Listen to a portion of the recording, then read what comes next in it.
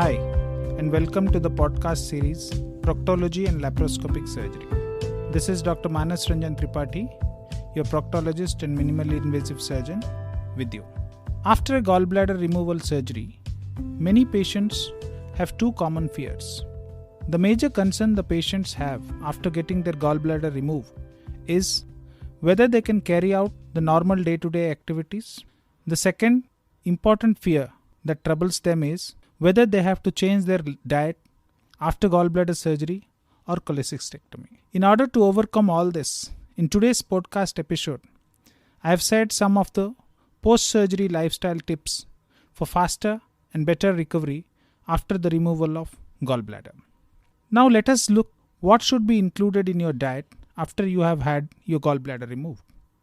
Majority people do not have to follow a special diet after going through the laparoscopic or open surgery for gallbladder. The major reason behind it is because the gallbladder does not have any direct relation with the digestion, so that it does not matter much if you were not being asked to follow a strict diet.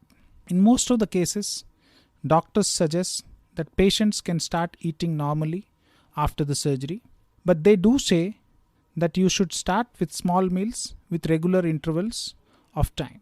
Here are some of the most important things that should be kept in mind right after you have got your gallbladder removed surgically, so that there should be no problem for the patient and for their close ones as well. So kindly keep these things in mind that should be avoided as not to invite any problem for anyone. First is drinks containing caffeine. For the initial phase of the surgery or the post-operative period to be more precise, not only the doctors but we would also suggest you that please do not go for the drinks that contain caffeine. We strictly mean that the drinks like tea, coffee and cold drinks should be avoided at any point of time. If you continue to have these drinks, then it might become a problem because it would not let the scar to heal, which would be there in your body after the surgery. These drinks would prolong the healing period. So please think about your health and avoid any such caffeinated drinks. Avoid spicy or fatty foods.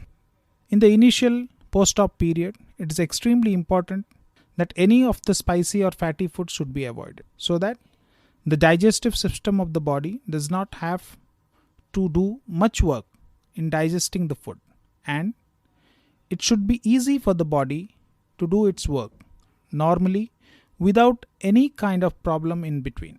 It's for the patient's betterment only. The fatty and spicy food would not do any good to you in the initial post-operative period. Rather, sometimes it can increase your sufferings to a great extent. Next, whatever foodstuffs we had avoided during the post-op period, we should always try to add the foods back into our diet gradually.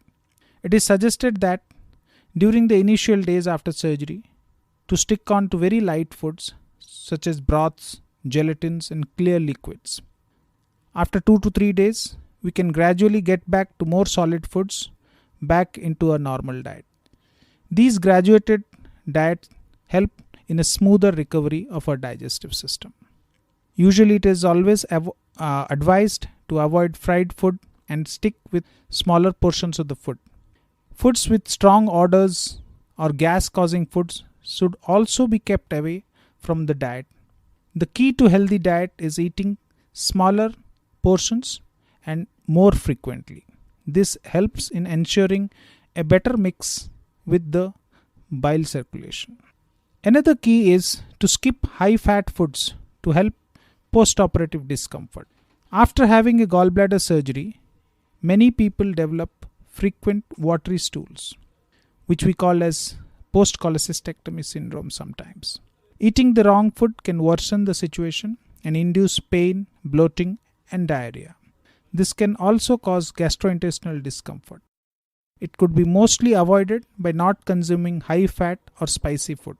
Common things being butter, chocolates, French fries or potato chips, meat items like sausage, ground beef, junk food like pizza, French fries, other spicy food, dairy products such as cheese, ice cream, and whole milk are best avoided. Generally, a patient should not intake fat calories more than 30% of his daily food intake. So if someone is like consuming 1800 calories each day, then he or she should consume no more than 60 grams of fat. One should also be careful while choosing the food and hence make sure to read food labels carefully. Another very important point which I would like to emphasize is the patient should take it slowly as they reintroduce their high fiber foods. As the days pass, try and bring some of the gas producing foods back into the diet, such as whole grain bread, nuts, legumes, seeds, cabbage, cereals, etc. Don't add the high fiber foods suddenly to the diet, and then in small amounts and slowly as and when they are reintroduced. Because if reintroduced suddenly, they can lead to diarrhea, cramping, and bloating. And the simple way of keeping a track of what we take, what not after a surgery is to keep a food journal. After surgery, one can keep track of what to eat and what not to eat and what the impact the food brings by keeping a food journal. This will not make you worry of your diet, and it gives you idea on what you can and cannot eat comfortably. Most of the people who undergo gallbladder surgery can return to a regular diet within a week or so. But some of them might find some problems.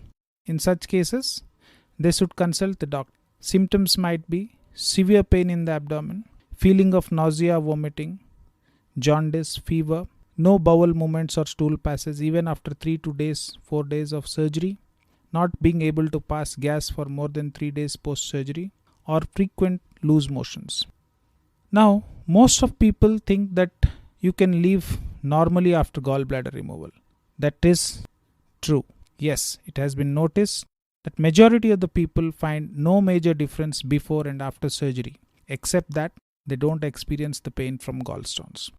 Let us take a quick look at the questions one would have regarding the gallbladder removal and life after surgery. Very commonly, we ask ourselves, what does my gallbladder do?